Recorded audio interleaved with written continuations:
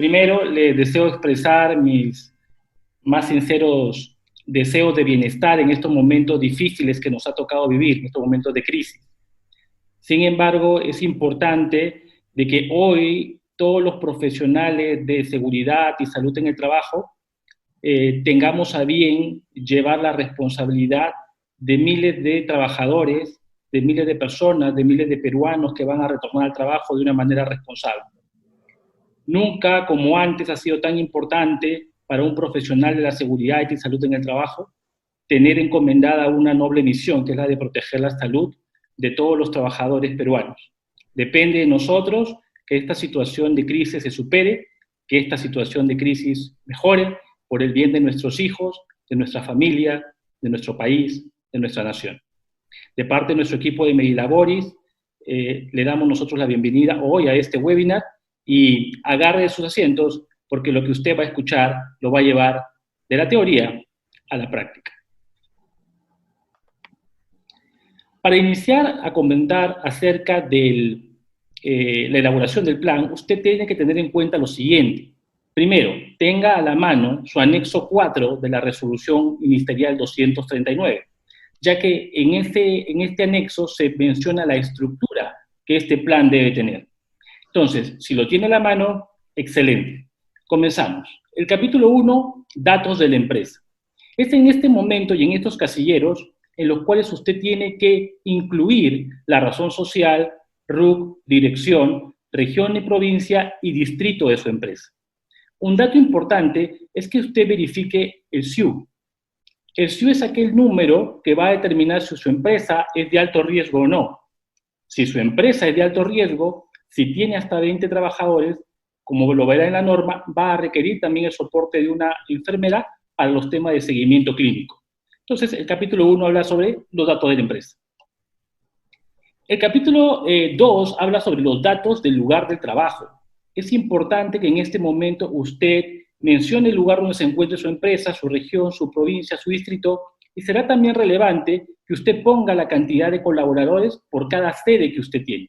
Si usted tiene múltiples sedes, entonces debe poner cada una de las sedes, debe mencionarla y poner el número de trabajadores que tiene, de tal manera que ante una inspección conozca cuántos trabajadores tiene en su sede.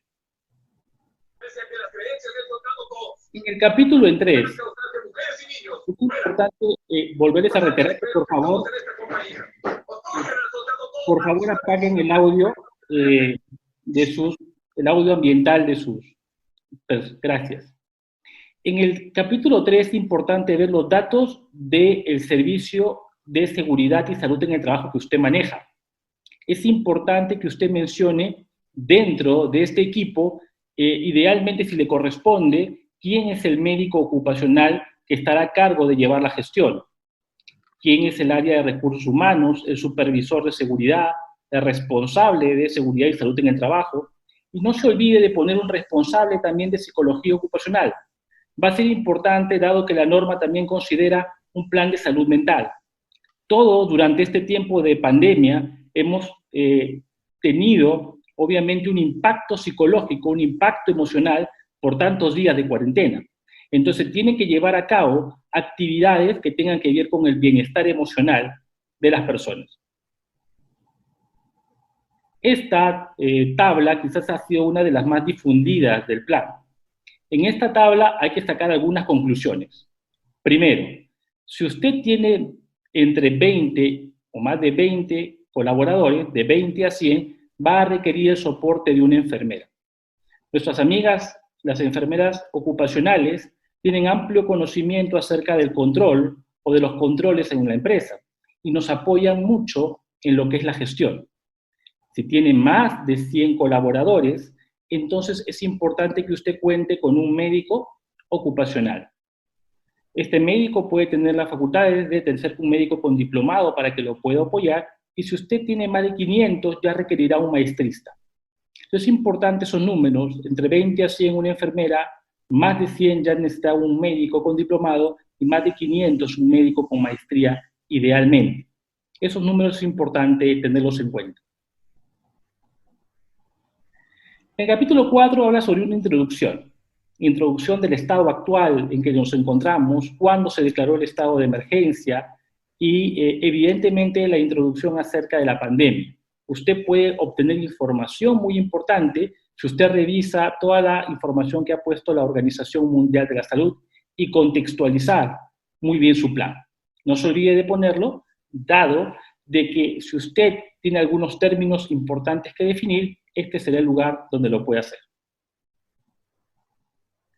Objetivos. El primer objetivo que tendrá el plan es fortalecer el sistema de vigilancia de la salud.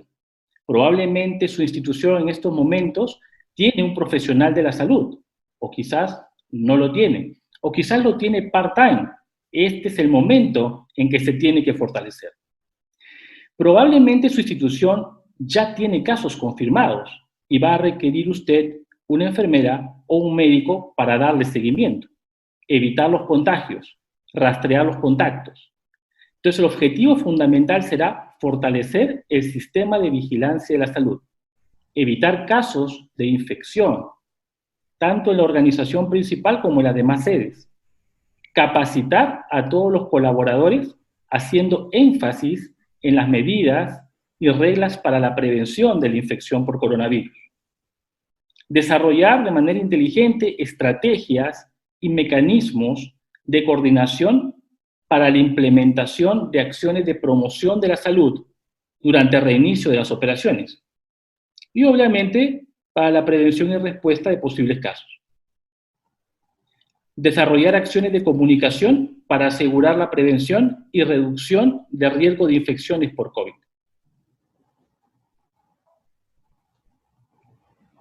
Esta imagen no sé por qué está saliendo en este momento en la pantalla, pero vamos a ir más allá.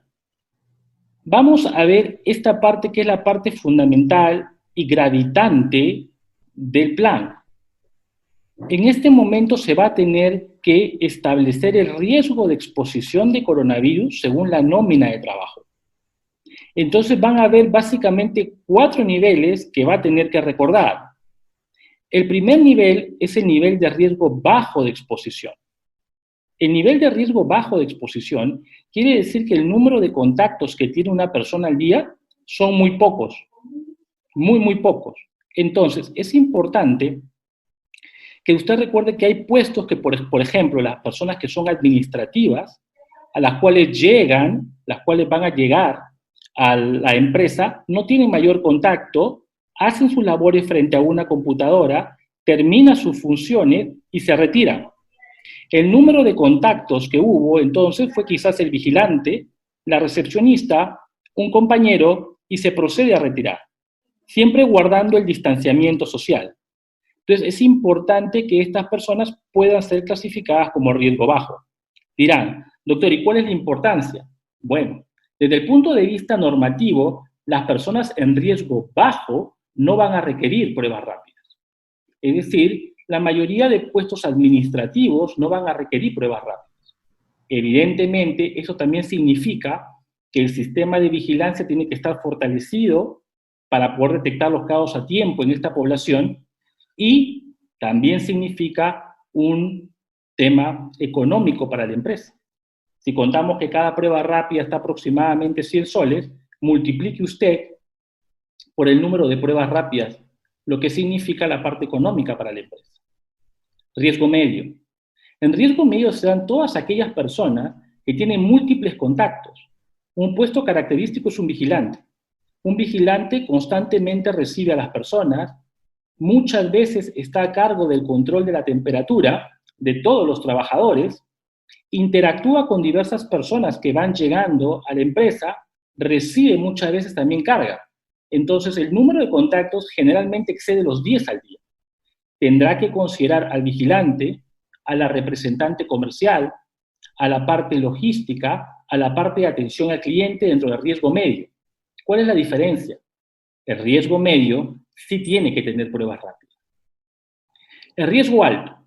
El riesgo alto no solamente tiene contacto con diferentes personas, sino que muchas de ellas pueden tener síntomas respiratorios. Generalmente, esto sucede en el ámbito de salud, en el ámbito hospitalario. Tenemos muchos pacientes con diferentes tipos de virus. estamos expuestos frecuentemente a diferentes virus respiratorios. Uno de ellos, obviamente, podría ser coronavirus. Entonces, el equipo de salud, médico, enfermera, técnicos, incluso el personal de limpieza o vigilancia de un área hospitalaria, evidentemente estará en riesgo alto. Finalmente, todos nuestros amigos médicos, limpieza, que estén en ambientes cercanos a personas con COVID, en el hospital de ATE, en los Panamericanos, tendrán directo contacto con pacientes COVID, serán riesgo muy alto. El riesgo medio, alto y muy alto requiere sí o sí la ejecución de pruebas, la aplicación de pruebas rápidas. Estos tres requieren. Doctor, ¿y cuál es la diferencia? La periodicidad. Si su riesgo es alto, si usted trabaja como médico en las áreas de COVID, tendrá que tener una prueba rápida cada semana. Si usted, por el contrario, trabaja en un hospital, terapeuta físico, usted es nutricionista, usted es médico, entonces tendrá que tener la prueba cada 2 semanas a un mes, dependiendo de cuántos sean sus contactos. Si usted es riesgo medio, es vigilante, recepcionista, pues el control puede ser de 1 mes a 2 meses. La periodicidad es lo que va a cambiar en los diferentes puestos. Esta es la parte más importante y es la que necesita mucho análisis, determinar el número de contactos, qué tipo de contactos son, para llegar a una conclusión y establecer una buena clasificación. Capítulo 7. Procedimientos obligatorios de prevención. Evidentemente, la limpieza y desinfección de los centros de trabajo es gravitante. Sin una buena limpieza, en realidad estamos nosotros muy descubiertos para poder tener una infección. Hay que verificar su cumplimiento. Más importante que el producto que ustedes ya utilizan como lejía, agua y jabón, es la frecuencia de la limpieza. Procure que la limpieza, idealmente en el mejor escenario, se realice 2 veces al día. Y que la desinfección, obviamente, esté de acuerdo al contexto. Un aspecto importante lo graficamos en esta tabla. Y es que las personas que realicen la limpieza estén adecuadamente protegidos y estén capacitados. ¿Qué temas podemos capacitar? Bioseguridad, uso de desinfección de equipo de protección personal, como por ejemplo gafas, prevención de riesgos en los servicios de limpieza y desinfección, orden y limpieza, cómo segregar los residuos, ya que tenemos una nueva norma técnica que habla sobre la segregación de residuos desde la fuente. Quiere decir que ahora en su empresa tendrá usted que segregar los residuos en plásticos, cartón, etc. Desde la fuente tendrá que usted hacer esa segregación de residuos sólidos, técnica de limpieza y técnica de desinfección. Lineamiento 2. Evaluación de la condición de salud del trabajador previo al regreso y reincorporación al centro de trabajo. Es importante identificar los síntomas de COVID previo al ingreso al centro de trabajo. Y obviamente parte de este proceso inicia con identificar el riesgo de exposición que hace unos minutos hemos hecho en base a la nómina de trabajadores. Será importante también aplicar la ficha de síntomas. Aplicar también el control de temperatura corporal al ingreso, que como mínimo debe ser 2 veces al día, al ingreso y a la salida. En caso de personal que tiene alto riesgo, será 3 veces. Y tendrá que aplicarse la prueba serológica o la prueba molecular. Y esto, obviamente, tendrá que siempre ser analizado por el médico ocupacional. Nosotros tenemos en este momento, y podemos evidenciar, la ficha de sintomatología dada por la norma. Aquí algunas recomendaciones. Algunos sectores han determinado que esta ficha sea aplicada vía electrónica, lo cual me parece conveniente. 2 recomendaciones al respecto. Si usted ha pensado aplicar la ficha el mismo día que retorna la gente al trabajo, no es una buena idea. Primero, porque usted recién en ese momento, en la puerta de la empresa, va a tomar conocimiento de si un trabajador tiene o no sospecha de una infección. Lo que le recomiendo yo es que este proceso lo inicie 3 días antes de que el trabajador regrese o se reincorpore al trabajo. de tal manera que usted pueda conocer, su área de seguridad y salud pueda conocer si es un caso sospechoso o no de una infección por coronavirus. No lo aplique el mismo día. Lo otro es que también si lo aplica el mismo día, va a generar aglomeración. Y los trabajadores pueden no tener tampoco lapiceros para firmar. Por ende, pueden también contagiarse. ¿Qué es lo que le recomiendo? Si puede hacerlo virtual, realícelo virtual. Todos aquellos trabajadores que no han declarado síntomas pueden llevar su hoja debidamente firmada y entregarla el primer día que se reinician las labores. Es importante que usted conozca antes los síntomas del regreso o reincorporación de los trabajadores. Podemos ver también este mapa importante que me habla sobre el lavado y desinfección de manos. Nosotros ya hemos visto que la desinfección de manos tiene que ser con agua y con jabón, por un periodo de por lo menos unos 20 segundos. Pero es importante que usted en un mapa grafique dónde va a poner estos lavados de manos o estos alcohol en gel. Como vemos, tiene que ser el ingreso. Puede poner gel 1, gel 2, gel 3, hacer un mapa de su organización, de su empresa, y ubicar cada una de estas estaciones, sea de lavado de mano o de alcohol en gel, para que grafique dónde va a ser los controles de esta acción. No se olvide de poner carteles donde explique usted cómo debe lavarse las manos y con qué frecuencia. Lineamiento 4, sensibilización. Evidentemente, todo trabajador tiene que tener información sobre el coronavirus. Hay que difundir cómo se puede proteger a nivel laboral.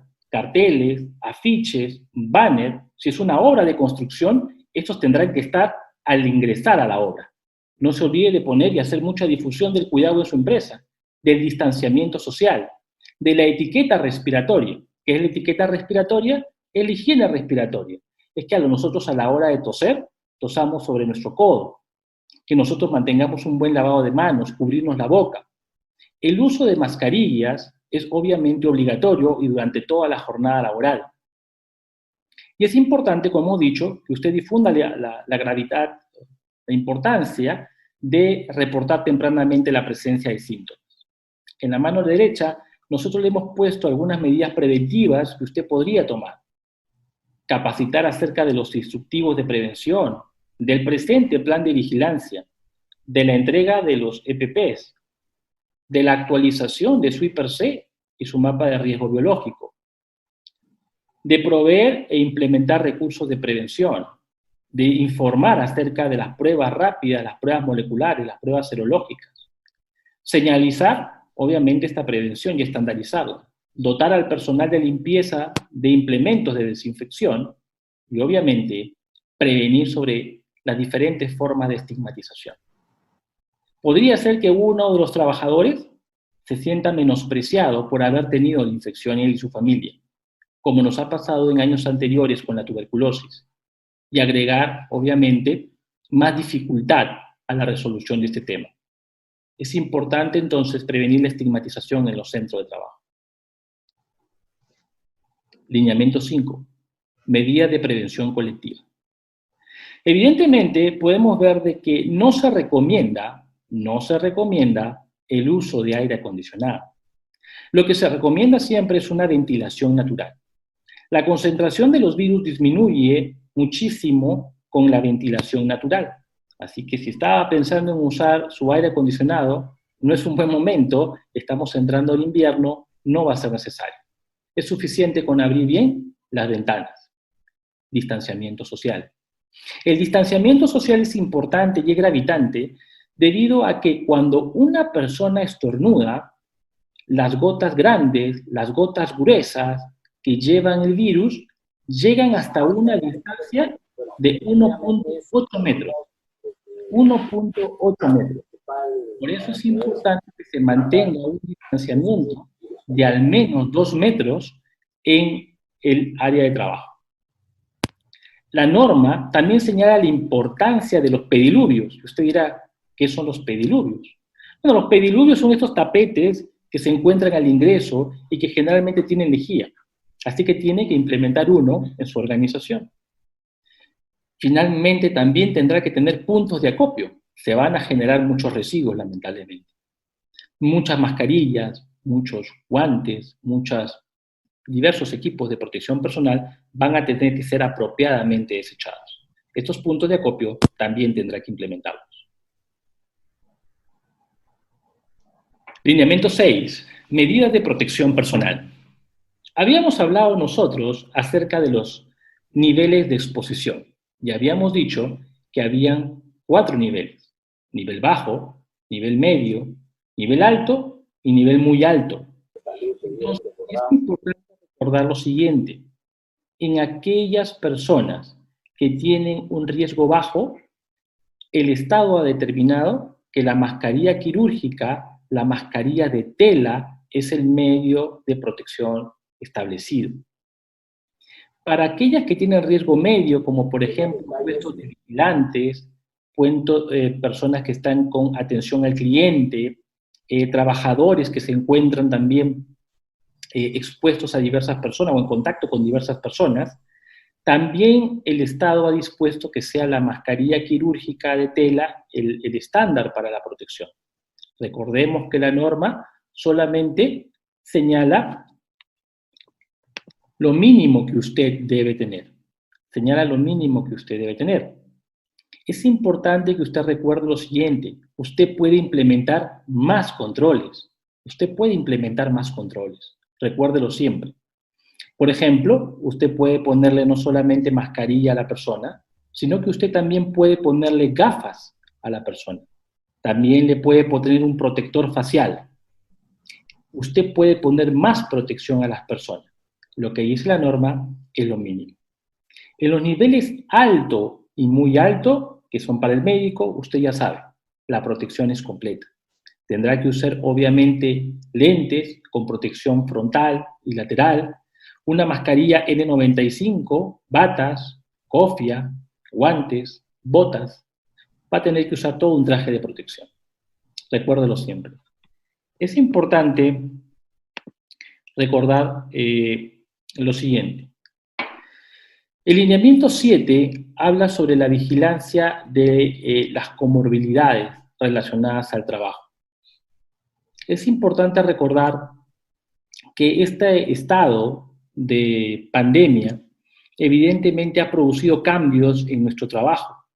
Estos cambios pueden haber ocasionado que aparezcan nuevos riesgos, por ejemplo, posturales o de esfuerzo, ya que ahora paramos, en caso de personal administrativo, mucho más tiempo sentados, y obviamente se ha generado una carga mental importante.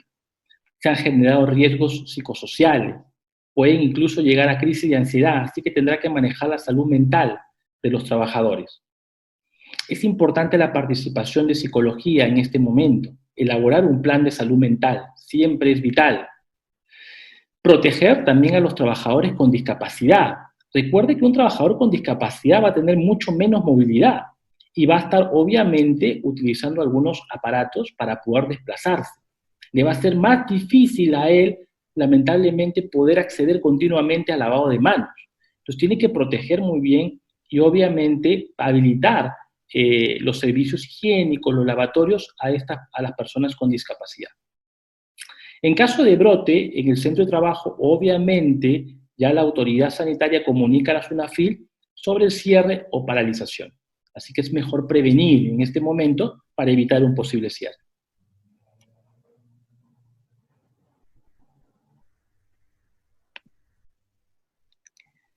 Este cuadro es sumamente importante, ya que nos habla a nosotros de cómo las diversas normas han ido modificando la clasificación de grupos de riesgo para COVID. Y en esta tabla se puede ver cómo con la resolución ministerial 193 comenzamos nosotros con una edad de 65 y nosotros actualmente ya hemos llegado a una edad mayor de 65 años. Y hemos puesto el apellido a algunas enfermedades, comenzamos con hipertensión arterial a secas, y luego hemos avanzado a hipertensión arterial controlada, con asma y ahora en asma moderada y grave. Igualmente con el tema de aquellos que tienen enfermedades renales, ¿no?, que ahora tienen que presentar hemodiálisis. Entonces, es importante recordar la definición, ¿no? Los grupos de riesgo son un conjunto de personas que presentan características individuales asociadas a mayor riesgo de complicación por COVID. Personas mayores de 65 años o quienes cuenten con comorbilidades como hipertensión, diabetes, enfermedades cardiovasculares, asma, enfermedad pulmonar crónica, insuficiencia renal crónica, cáncer, obesidad u otros estados. Acá hay la salvedad de la edad y obviamente también hay la posibilidad que las personas que se encuentren con factores de riesgo, que se encuentren en estos grupos de riesgo, puedan laborar siempre y cuando suscriban una declaración jurada de asunción, de aceptación, de responsabilidad. Desde el punto de vista médico ocupacional esto no es recomendable, no es una buena conducta, sin embargo la norma lo permite. Así que es un tema muy sensible en el cual debe entrar a tallar el área de salud ocupacional para poder brindar las recomendaciones tanto al trabajador como al empleador.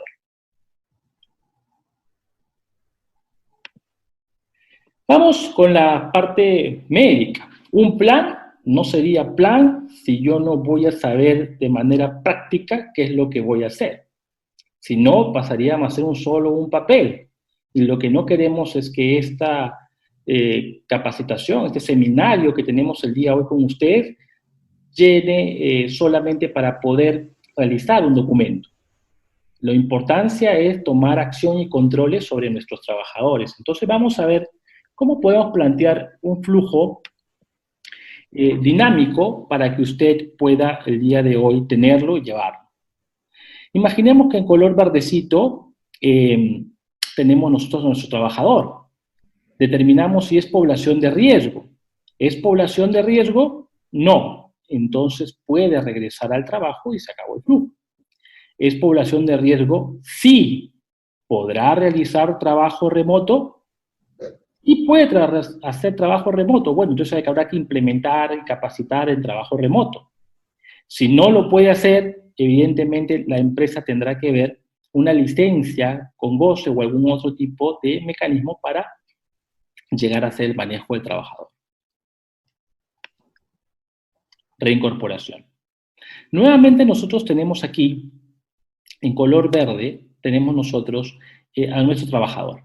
Llega y obviamente llena la declaración jurada, su ficha de sintomatología. ¿El trabajador tiene criterio de caso sospechoso? Sí. Entonces, pues no debe ingresar al trabajo. Si no presentara criterio de casos sospechosos, ingresa al trabajo, ingresa al área y automáticamente se le toma la temperatura. Si la temperatura es mayor de 38 grados, obviamente no ingresa a laborar. Pero si la temperatura es menor y no es un caso sospechoso, tendrá solamente que cumplir con los lineamientos del plan de control.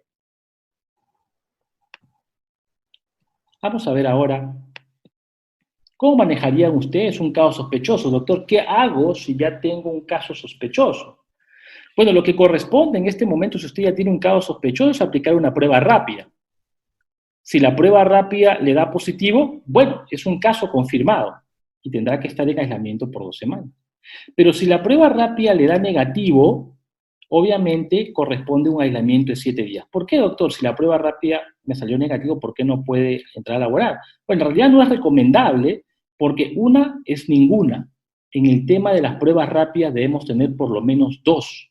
Entonces es importante que usted recuerde eso. Le hacemos una primera prueba, sale negativa, este caso sospechoso, y en este tiempo entra a tallar el médico, entra a tallar la enfermera, clasificando si la enfermedad es leve, moderada o severa, haciendo un seguimiento clínico diario vía telefónica establecido por la norma y repitiendo la prueba rápida en el día 8.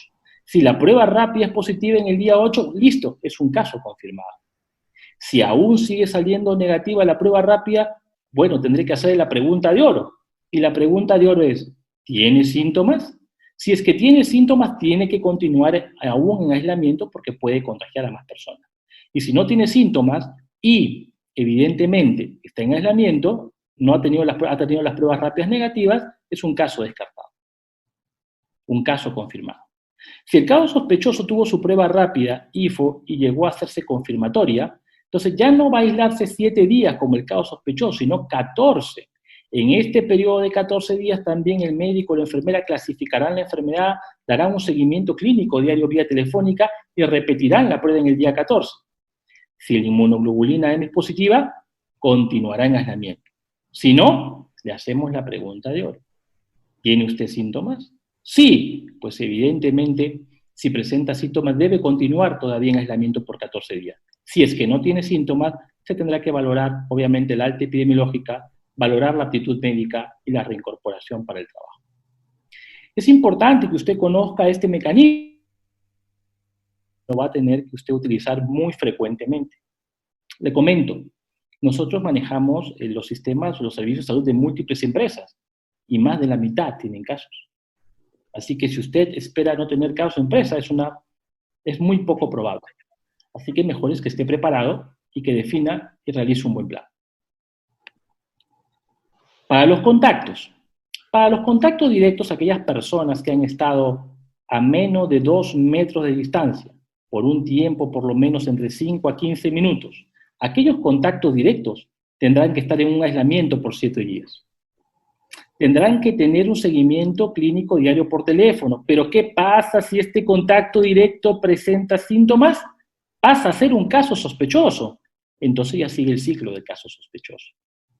Si es que este contacto directo no presenta síntomas, le haré la prueba rápida. Si la prueba rápida es positiva, es un caso confirmado.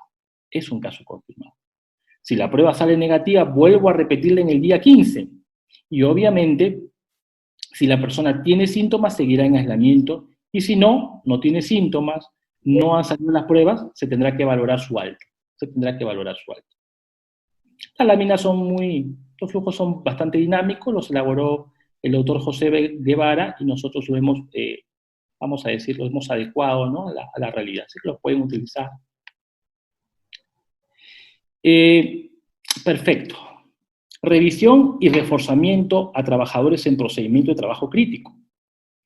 Probablemente usted en su empresa tenga algún trabajo crítico. Imagínese un piloto. Durante más de 60 días ese piloto no ha volado. ¿Sería riesgoso que vuele de un momento a otro? Quizás tiene personal que hace trabajo en altura o trabajo en espacio confinado. ¿Se habrá olvidado los procedimientos en estos 61 días? Es posible. Así que es necesario que usted actualice los procedimientos de estos puestos de trabajo, de manera presencial o virtual, según corresponda, y refuerce la capacitación de uso de herramientas peligrosas. El proceso para regreso o reincorporación al trabajo de trabajadores con factores de riesgo. Acá compartimos con ustedes un modelo de declaración jurada de asunción de responsabilidad. Hemos dicho que las personas que tienen índice de masa corporal mayor a 90, que tienen hipertensión arterial no controlada, que tienen diabetes mellitus, que tienen hipertensión arterial no controlada, que tienen factores de riesgo, no deberían laborar. Sin embargo, la norma establece que si presentan una declaración jurada lo podrían hacer. Evidentemente, tienen muchísimo más riesgo de complicarse en una infección por COVID, pero la ley nos ha dado esta oportunidad. ¿Qué le recomiendo? Consulte siempre con su médico ocupacional.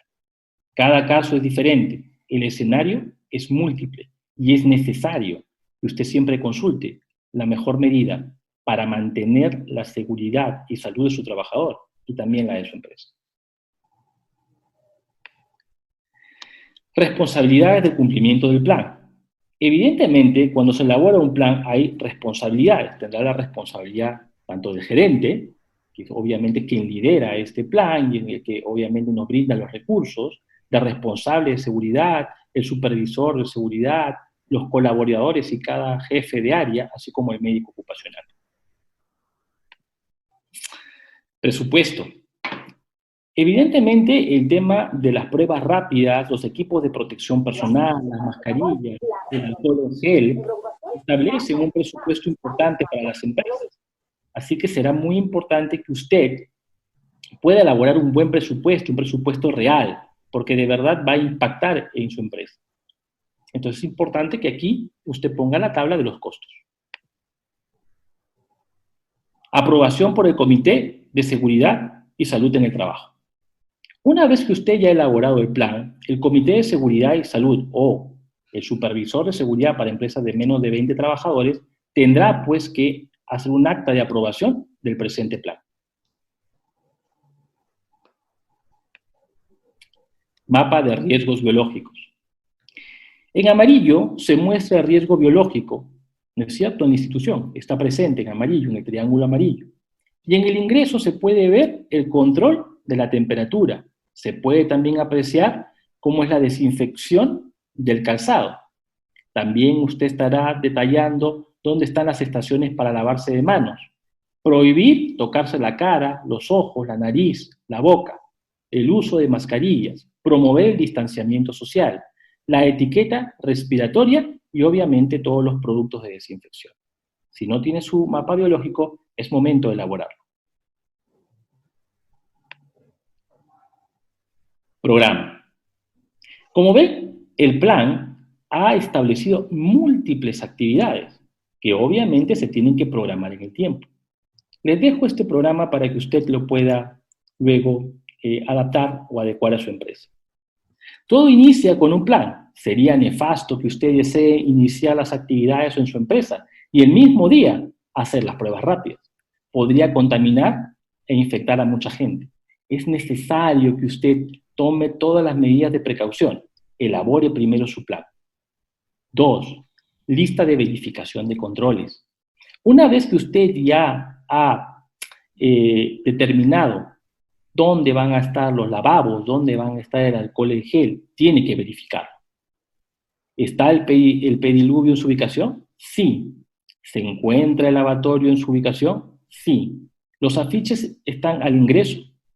¿Se ha dado o se ha programado la sensibilización? Elabore, por favor, una lista de verificación de los controles de COVID en el trabajo. Identifique a la población vulnerable. Solicite a su área de seguridad y salud que puede identificar a aquellos trabajadores que tienen factores de riesgo y que son población vulnerable y que se van a recomendar que hagan trabajo remoto. Declaración jurada. Es necesario que esta declaración jurada la tenga idealmente antes del regreso o reincorporación al trabajo. Recuerde lo que le digo ahora. Es diferente el regreso que la reincorporación. Regresa el trabajador sano que estuvo en cuarentena. Regresa el trabajador sano que estuvo en cuarentena. Se reincorpora el trabajador que estuvo enfermo en aislamiento. Se reincorpora el trabajador enfermo que estuvo en aislamiento. Tendrá que verificar los registros diarios del control de temperatura y, obviamente, programar y realizar las pruebas rápidas. Así, de esta manera, usted va a tener que programar las demás actividades. Su programa de salud mental, su programa de control de obesidad, su programa de ergonomía, etcétera, etcétera, etcétera. Tip por sector. En este momento, en las 5 láminas que voy a mostrarles, voy a resumir algunos tips importantes para cada sector. La mayoría de lineamientos tienen casi siempre los mismos controles, pero he hecho un pequeño resumen de 5 sectores que les será útil. Minería, hidrocarburos y energía. Algunos datos importantes de este rubro es que solicitan una evaluación física y presencial previo al ingreso, desarrollada por el área de seguridad y salud en el trabajo. El distanciamiento es de 1.5 metros y se tiene que mantener tanto en el transporte como también en la separación de las camas. Se aprueba el uso de las mascarillas comunitarias, obviamente que sigan la norma de mascarillas establecidas en el Perú. Se debe promover y evitar los marcadores digitales, porque una persona que marque, obviamente, podría contagiar a la demás si estuviese infectado. Tiene que haber un contacto entre el trabajador, un medio de contacto entre el trabajador y el sistema de seguridad y salud. Se debe promover, obviamente, medios de comunicación, buzones virtuales, grupos por WhatsApp, para que rápidamente el trabajador pueda comunicar cuando un control ha fallado o recomendarle acciones. Obviamente tiene que haber puntos de acopio para el equipo de protección personal que se utilice y determina también la necesidad de espacios temporales de aislamiento. siempre y cuando haya un centro de salud cercano. Estos son algunos ítems interesantes que plantea la norma de minería. En la mano derecha, ustedes pueden ver una ficha de sintomatología mucho más robusta, mucho más completa. Para este sector, esta es la ficha que se debe utilizar. Restaurantes. Lo peor que puede pasarle es que usted no controle bien o ponga dentro de su grupo de riesgo bajo a la azafata, al mozo o al cocinero. Imagínese que usted llega al comedor de su empresa y después de haber estado consumiendo los alimentos por 2 semanas, se entera que su prueba rápida del que prepara los alimentos y los sirve salió positiva. Evidentemente se le va a quitar el hambre. Entonces yo le recomiendo que en esta población, por manipular alimentos, sí tenga un control de pruebas rápidas y un control frecuente. Hay que prevenir la contaminación cruzada. La distancia social para este tipo de personal es de 1 metro, pero la temperatura corporal de 37. Obviamente la norma está exigiendo mayor previsión, más exigente. La temperatura tiene que ser idealmente menor a 37 grados. El uso de mascarillas, cofia, manos sin heridas y uñas recortadas es un control muy parecido que hacemos con los manipuladores de alimentos. Entonces, es importante que su equipo de salud de manera activa participe revisando las manos, las uñas de los trabajadores. Y obviamente que todo repartidor tenga un desinfectante, tanto a retirar los productos como también al entregarlos. Y evidentemente también en la mano derecha podemos apreciar una guía técnica que usted va a tener que usar en caso que pertenezca a este rubro de restaurantes y servicios afines. Sector textil. En el sector textil hay algunas cosas interesantes también. Primero, establecen que los guantes descartables dan una falsa sensación de seguridad. Es correcto. Esa apreciación es correcta. Segundo, no se permite los túneles de desinfección. Si usted pensaba utilizar uno, le comento algo. Solamente la norma de construcción habla sobre el uso de microaspersores. En general, no se recomienda los túneles de desinfección. Un túnel de desinfección puede hacer que una persona desencadene un cuadro de asma o un cuadro de dermatitis. Es importante que usted trate de evitarlos y mantenga mejores controles. Los embalajes recibidos tienen que ser desinfectados. Obviamente van a tener casilleros para poner sus joyas, relojes y accesorios, porque el virus puede sobrevivir hasta 5 días en el plástico. Así que si usted evidentemente, tiene pensado dejar ingresar al personal con plástico, es un medio en el cual se pueden contaminar. Los termómetros, evidentemente, tienen que estar calibrados y ser específicos para la temperatura corporal. Esto lo hemos estado notando frecuentemente en Medilaboris cuando nos han solicitado termómetros. Han estado utilizando termómetros por la necesidad, pienso yo, que son para objetos, que son para hornillas. No es lo adecuado. Deben ser termómetros específicos para el tema corporal. Evaluar también síntomas de manera virtual lo promueve e informar casos positivos respetando la confidencialidad. Construcción y vivienda. Los responsables en este equipo van a ser el residente, el supervisor y el personal, obviamente, de salud. Tiene que haber un ingreso escalonado con intervalos de 30 minutos. Aquí, en la evaluación de descarte, es importante que considere, aparte del termómetro, el pulsoxímetro. La norma lo requiere. Y establece una evaluación, no un examen médico, una evaluación médico ocupacional previa y obligatoria. También solicitan el hecho de tener brigadas para que mantenga la distancia, que no se compartan equipos de protección personal como el arnés, que hay una zona de descarga y limpieza y una zona de almacenaje, una desinfección previa de la maquinaria, y de presentarse un caso, lamentablemente se podría paralizar la obra. A su mano derecha puede ver cómo se divide en 3 áreas bien definidas para construcción: una zona de control previo, una zona de control de desinfección y una zona de control de vestuario. Estas áreas las va a tener que tener muy bien mapeadas si pertenece al rubro de construcción y vivienda. Comercio electrónico. En el comercio electrónico, evidentemente, se fortalecen todas las medidas electrónicas virtuales a distancia. Evidentemente hay una parte muy importante que me ha llamado mucho la atención y que no se requiere pruebas rápidas para contratar a alguien, ni tampoco para aprobar descanso médico, ni tampoco para reincorporar personal. Esta norma hace alineamientos interesantes, o sea que no se requieren pruebas rápidas para contratar, para aprobar descanso médico o para reincorporar personal. Mamparas para atender al cliente, entregas con un distanciamiento de 2 metros, no se permite túnel de desinfección, medios de pago digitales o virtuales para evitar el contacto, una ficha de síntomas virtuales y también un medio de reporte temprano de síntomas. Un medio de reporte temprano de síntomas. Eso es realmente importante. Detectar los síntomas desde la casa, no detectar los síntomas cuando ya están en el trabajo. Perfecto, entonces eso es lo que tenía para el día de hoy. Yo quiero agradecer en este momento a todo nuestro equipo multidisciplinario de Medilaboris, a Dulce, agradecerle también al equipo de ingeniería, a Cristina, a Joana, al equipo legal, a Héctor, al equipo comercial, Lili, Linda y Mari, y especialmente a Chantal, que esta noche nos acompaña.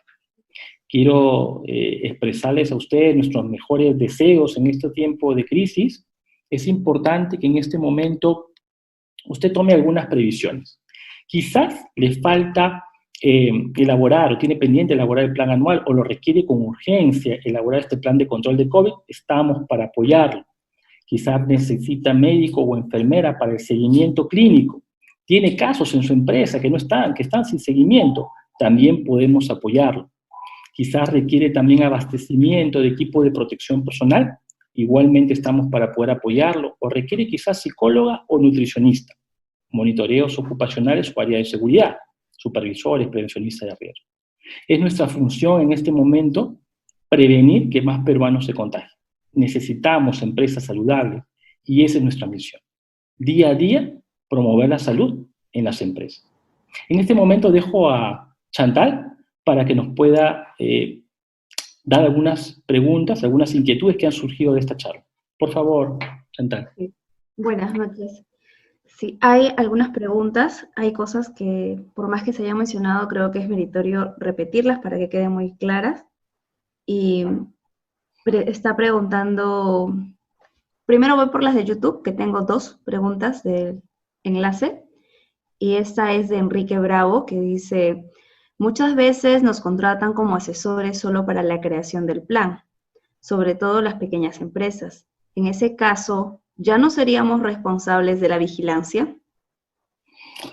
Una excelente pregunta, lo saludo al doctor Enrique Bravo, gracias por participar, nos hemos conocido anteriormente. Sí, en realidad, en el caso de pequeñas empresas solamente nos llaman para elaborar el plan. Yo quiero en este momento hacer un llamado a las empresas pequeñas, no por ser pequeñas, ustedes tienen que desestimar el control de los trabajadores. Lo ideal es que el médico fortalezca el sistema de prevención.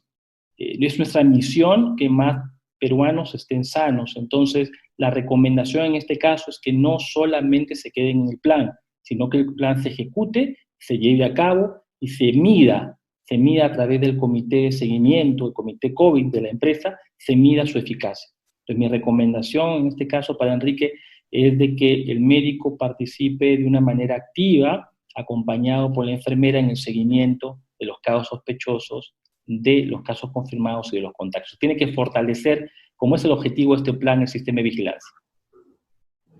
Bien, hay otra pregunta, igual de YouTube, y la pregunta es de Luis Mendoza, y dice, sabemos que los edificios de oficina solo trabajan con aire acondicionado. ¿Cómo haríamos para evitar usarlo y así no infectarnos? Escuché vagamente que se utilizan esos filtros para evitar infecciones.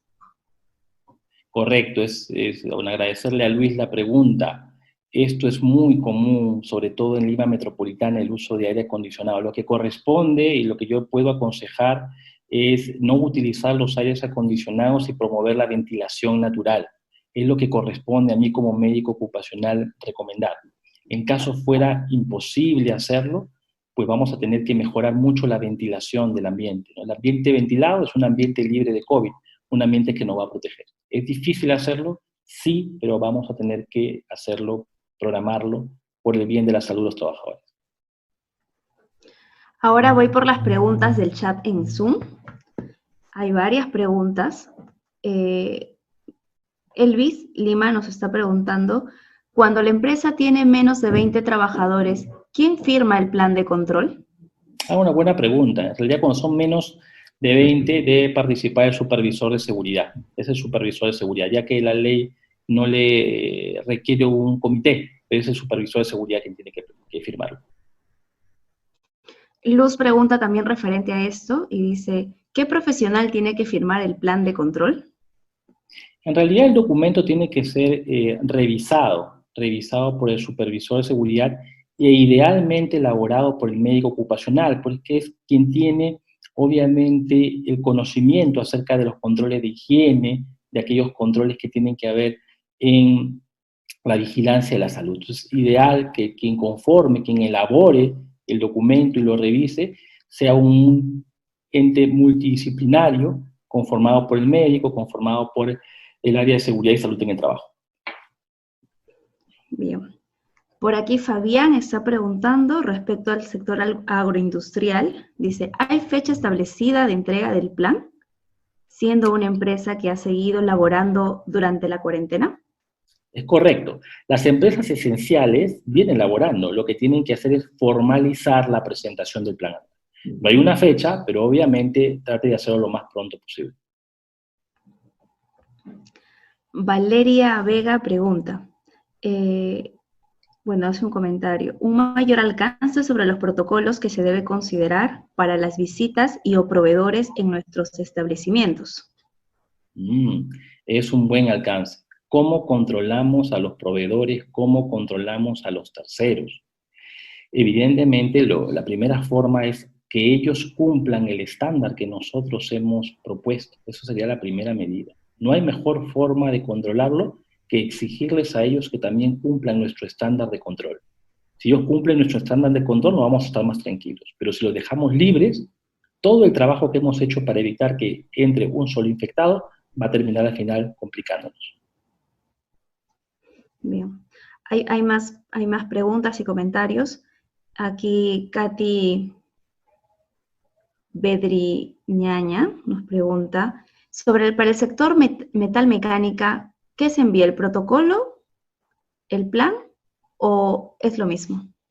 Bueno, a ver, les explico un poquito. La resolución ministerial 239 establece los lineamientos que tienen que presentarse en la elaboración del plan y solicita que los sectores elaboren protocolos. Por eso que cada sector ha presentado sus protocolos correspondientes a la fase 1, que han sido autorizados para reanudar actividades. Entonces, la resolución ministerial 239 establece los lineamientos, mientras que cada sector establece sus protocolos. Es en base a estos protocolos y lineamientos que la empresa tiene que elaborar su plan, y este plan tiene que presentarlo a través de la plataforma del Ministerio de Salud. Una vez que presenten esta plataforma en el Ministerio de Salud, pues evidentemente se deben entregar unos códigos de usuario para poder entrar a una plataforma que se llama SysCovid y que el médico pueda subir ahí los casos confirmados, los casos sospechosos y contactos para un buen seguimiento de los casos médicos. Bien. Por acá también hay una pregunta muy interesante. Dice, vamos a avanzar primero con los tópicos que se han trabajado, porque también hay preguntas de empresas de salud. Sí, claro. Dice Vitucho, que ha estado muy atento. Le consulto si en una pyme de menos de 20 trabajadores el plan lo puede hacer el gerente general o un trabajador administrativo, o necesariamente lo tiene que firmar un médico. En realidad, lo ideal para empresas que son menos de 20 es que ustedes tengan el soporte de una institución del Estado que se llama CEPRIT.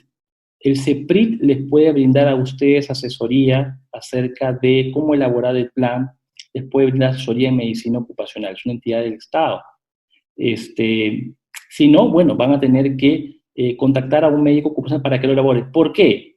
Porque es el médico ocupacional quien tiene el conocimiento acerca de los controles, acerca de la higiene, acerca de la vigilancia de la salud, acerca de la periodicidad y la adecuación de las pruebas. Entonces, elaborarlo, el gerente general podría hacerlo, pero obviamente siempre va a tener que estar asesorado o orientado por el área de salud ocupacional.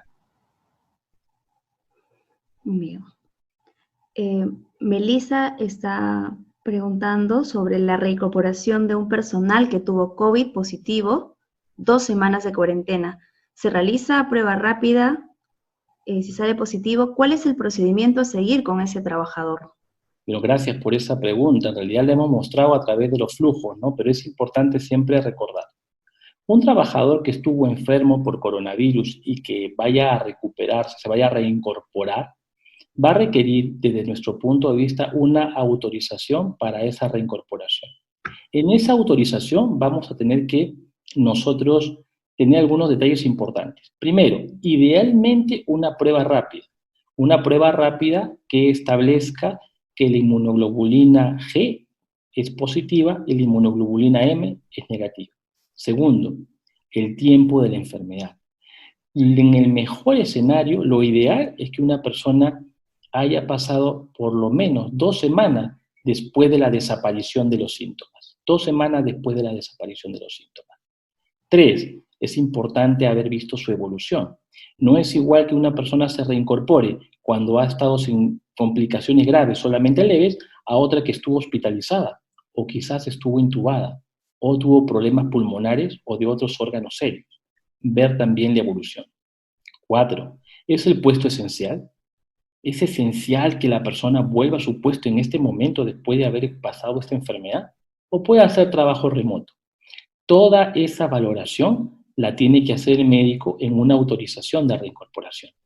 Esa autorización de reincorporación evidentemente faculta para que la persona pueda reincorporarse. Entonces mi recomendación es ver el tiempo de la desaparición de los síntomas, ver los resultados de la prueba rápida, ver si hubo o no hubo complicaciones y finalmente si el puesto es esencial o no lo es.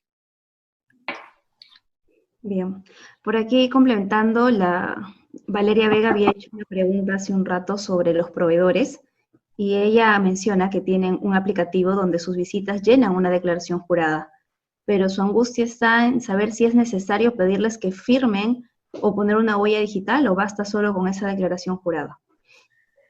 En realidad, sí, la declaración jurada firmada es lo que me solicita la norma, ¿no? La norma me pide una declaración jurada que esté firmada idealmente, ¿no? Pero también se entiende que nosotros debemos fomentar digamos, los medios virtuales para evitar el contacto con los demás trabajadores, con las demás personas. Entonces, yo le diría de que para que tenga un conocimiento rápido y efectivo, la persona pueda hacerlo vía virtual y después de haber sido virtual, presente ya este documento firmado, ¿no? Bien, por aquí Marilú pregunta, ¿el supervisor de seguridad en las empresas de menos de 20 trabajadores podría ser un médico general? El supervisor de seguridad podría ser un médico general. Sí, el Bueno, supervisor de seguridad en las empresas de menos de 20 trabajadores podría ser un médico general. no sé, en realidad no hay ningún tipo a que se pueda oponer, ¿no? Podría ser, podría ser. Eso no se contrapone ese hecho, ¿no? Lo ideal es que tengan soporte médico porque el tema de los casos infectados, el tema de los casos positivos es a diario, entonces el soporte se va a requerir del médico todos los días. Entonces son cargos que no se contraponen, más bien se complementan, ¿no? Se complementan. Siempre que la responsabilidad de seguridad y salud en el trabajo no lo haga incumplir sus actividades de seguimiento médico continuo. Sí. En el tema de las competencias, es importante recordar que se habla de un médico idealmente con diplomado, ¿no? Un médico con diplomado de 100 a 500 personas y con maestría con más de 500, ¿no? o especialidad ideal. Bien. Por aquí, otra Marilú está mencionando que en la empresa con menos de 20 trabajadores, si no se tiene implementado el seguridad y salud en el trabajo, esa área, ¿quién elabora y firma el plan? Bueno, evidentemente, en caso que no haya, quien lo elabore y lo firma, en este caso es un médico ocupacional externo, ¿no? Pero no solamente debe quedar, como le dije, en elaborar el plan, sino también implementarlo y ejecutarlo. En este caso, este plan es muy sensible. Una organización que tenga un plan guardado en la carpeta es sumamente peligroso. Este plan tiene que ser dinámico y realmente tiene que proteger. Imagínense en el caso de ustedes. Imagínense en el caso de ustedes, imagínense, ¿les gustaría llegar a un área de trabajo donde pudiesen tener o estar contagiados? Evidentemente a nadie le gustaría. Pero es importante estar todos seguros y sanos. Ya, por ahí estoy seleccionando, hay muchas preguntas. Las consultas, recordarles que las pueden hacer a los números que gustosamente estamos para ayudarlos a resolver sus problemas. Sabemos que ese es un tema de mucho interés para nosotros. Voy a tratar de escoger algunas de las preguntas porque de verdad que hay muchas. Y de verdad que qué gusto de que estén tan interesados. Por aquí. Bien. Milagros ha preguntado, sabemos que por la coyuntura las pruebas rápidas o moleculares son escasas. Si un trabajador presenta sintomatología y por prevención no va al trabajo, ¿cómo quedan los días no laborados? ¿Serán descontados? ¿Quién le otorga algún descanso médico? Evidentemente es un tema complejo, es una excelente pregunta, es un tema complejo. Aquí sí hay que esperar un poquito la regulación normativa. Todavía no tenemos una norma que facilite el tema de este reembolso que debería ser por subsidio, ¿no? Estamos esperando que la normativa en los próximos días pueda darnos más claridad al respecto. Es evidente que un trabajador que tiene coronavirus va a estar fuera por lo menos de 2 a 4 semanas. Entonces, los primeros 21 días los asumirá, o 20 días los asumirá la empresa, pero los otros días deberían ser asumidos también por el seguro. Pero en este estado de pandemia que tenemos, el obtener un informe médico, el obtener evidencia de este estado, descansos médicos, pruebas rápidas, es realmente difícil. Me parece y recomiendo a las autoridades de que establezcan una forma sencilla, ágil, de poder regularizar estos casos. Bien. Por ahí ha entrado también una colega y pregunta, en los centros, en este caso pregunta específicamente de fisioterapia, ¿es necesario que los pacientes firmen una declaración jurada para ser atendidos? Es un control, ¿no es cierto? Es un control como lo podríamos hacer nosotros con los pacientes. Si usted antes iba a un consultorio y en el consultorio o a la hora de pasar su examen médico nosotros teníamos 40 personas esperando, teníamos nosotros un uso, digamos, un poco escaso de controles, hoy tiene que cambiar. Y esos cambios se tienen que dar a todo nivel. Un control, que muy bien lo puntualiza, en este caso, nuestra amiga, es el tema de que el paciente envíe de manera digital si ha presentado síntomas o no antes de la atención. Ese es un control. Otro control podría estar en relación de evitar que las personas al ingreso a este establecimiento tengan que abrir las llaves, que sea con sensores, sensores para las llaves de las manos, que haya sensores para la luz, que haya una programación espaciada, porque si no, al final, si no hay estos controles, al final nos vamos a terminar todos contagiando. Entonces, un control, evidentemente, es indagar, preguntar al paciente antes de que llegue si ha tenido síntomas en las últimas 2 semanas. Y bueno, esta sería la última pregunta. Yo sé que también el doctor tiene varias actividades. Hemos llegado al tope de las personas que están interesadas justamente. Hay muchas preguntas. Por favor, se van a tratar de responder. De manera general, por allí hay preguntas importantes, como hay personas que dicen, si tengo 2 restaurantes, ¿debo presentar 2 planes? Si son 2 empresas. Sí, bueno, es una pregunta obviamente un poco más técnica, ¿no? En realidad sí, no tiene que presentar un plan por uno y por el otro. La respuesta es ¿por qué? Podría ser que los restaurantes sean similares como podría ser que no. Podría que ser que no, podría ser que sus procesos tengan algunas diferencias importantes y gravitantes y el plan lo debería considerar. Entonces, sí tendría que presentarlo por cada uno de los restaurantes o servicios de alimentación que tengan, ¿no? Sí. Y muchas de las preguntas que veo que están respondiendo es sobre la preocupación por sus trabajadores y su reincorporación, que estarían en los flujogramas que ya usted ha presentado, Correcto. ¿no? Y hay varias preguntas que están relacionadas con la toma de pruebas. Ya para concluir, eh, mencionarlo de repente para que les quede claro Sí, claro. en la toma de pruebas. En realidad, las tomas de prueba, como hemos conversado al inicio, solamente es para aquellos que tienen puestos con un riesgo de exposición medio, alto o muy alto. Los que tienen puestos, los que son puestos o los puestos que tienen un riesgo bajo no ameritan pruebas, pero sí ameritan un seguimiento clínico diario del médico para poder identificar de manera precoz los síntomas. En el caso de las pruebas rápidas, tenemos dos tipos de pruebas. Tenemos dos tipos de pruebas, las pruebas rápidas y las pruebas moleculares. Desde mi punto de vista, la recomendación es la siguiente. Las pruebas moleculares son pruebas diagnósticas que se usan cuando un paciente tiene síntomas compatibles con COVID.